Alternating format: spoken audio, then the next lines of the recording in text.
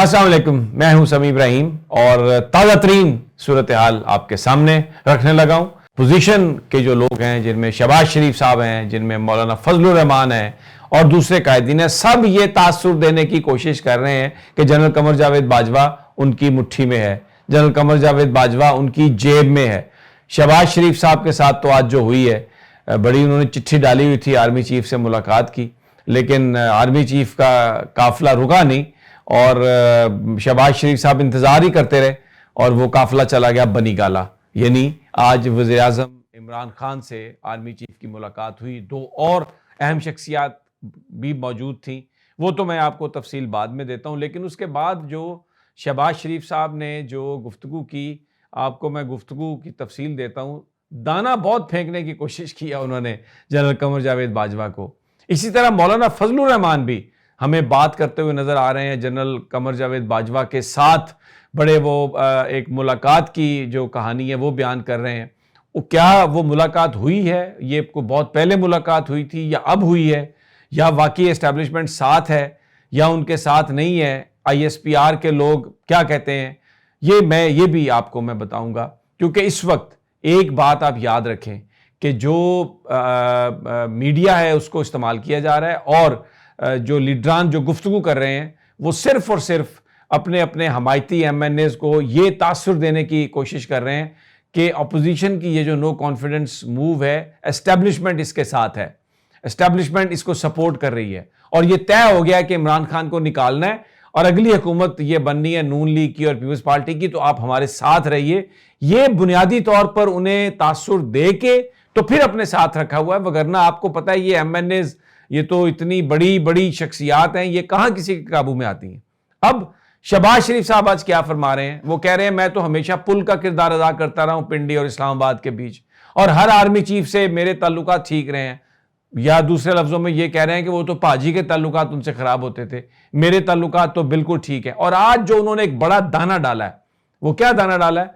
कि जी army chief की extension या तकर्री, इसका फैसला हम करेंगे वक्त आने पर। अभी से वो वजीर आजम बन गए हैं, अभी से वजीर आजम बन के एक्ट करना उन्होंने शुरू कर दिया और वजीर और आर्मी चीफ की तोसी, यानी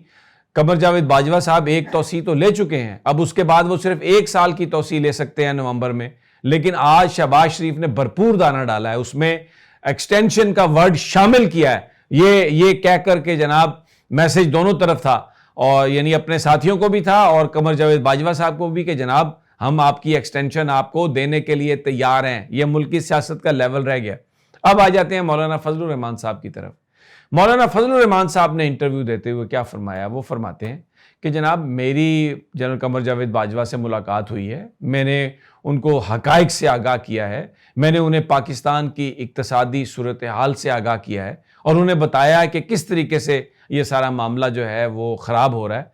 तो जनरल कमर जावेद बाजवा ने मेरे साथ इत्तफाक किया, वो मेरी इन बातों से मुत्तफिक थे। गोया मौलाना फजलुर रहमान ये कह रहे हैं कि जो मेरा ही जो बयानिया है कि मुल्क में इमरान खान ने बड़ी खराबी की, मुल्क को बर्बाद कर दिया, यहाँ पर इतनी ज़्यादा महंगाई बेरोज़गारी हो गई है कि अब यह रहने के काबिल नहीं है, गवर्नेबल नहीं है, ये जो बातें हैं जनरल कमर जावेद बाजवा ने उनसे इत्तफाक किया।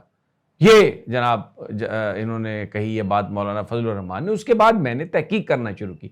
हमने ISPR से पूछा, हमने इधर उधर से पूछा,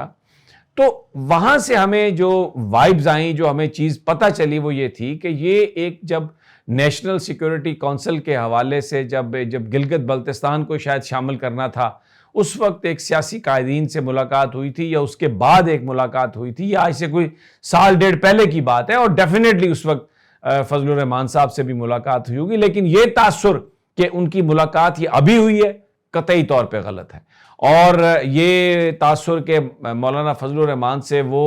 पर्टिकुलरली मुत्तफिक थे उनकी बातों से, ये तासुर भी गलत है। हाँ, ओवरऑल इकोनॉमी के हवाले से जो पाकिस्तान के मसाइल हैं उसके हवाले से कोई भी बात कर रहा है तो जनरल साहब भी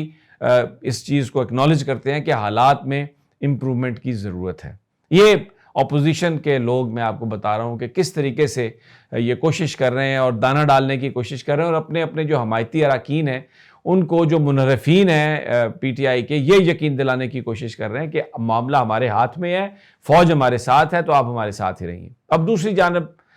हकायक क्या हैं? आज जनरल कमर जावेद बाजवा से वज़ीर-ए-आज़म इमरान खान की मुलाकात हुई है रिपोर्टेडली बनी गाला में शाम के वक्त, और उसमें 2 या 3 अहम शख्सियात और भी थी। तफसील से मुलाकात हुई है, सियासी सूरत हाल पर गुफ्तगू हुई है, और ज़राए हमें यह बता रहे हैं कि जो जनरल कमर जावेद बाजवा हैं उन्होंने इमरान खान साहब की जो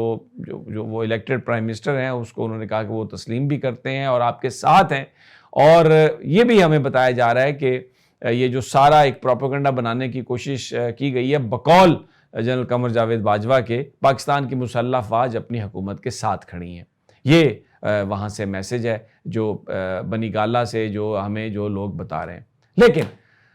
तहरीक इंसाफ के लोगों का ये कहना है कि वज़ीर आज़म इमरान खान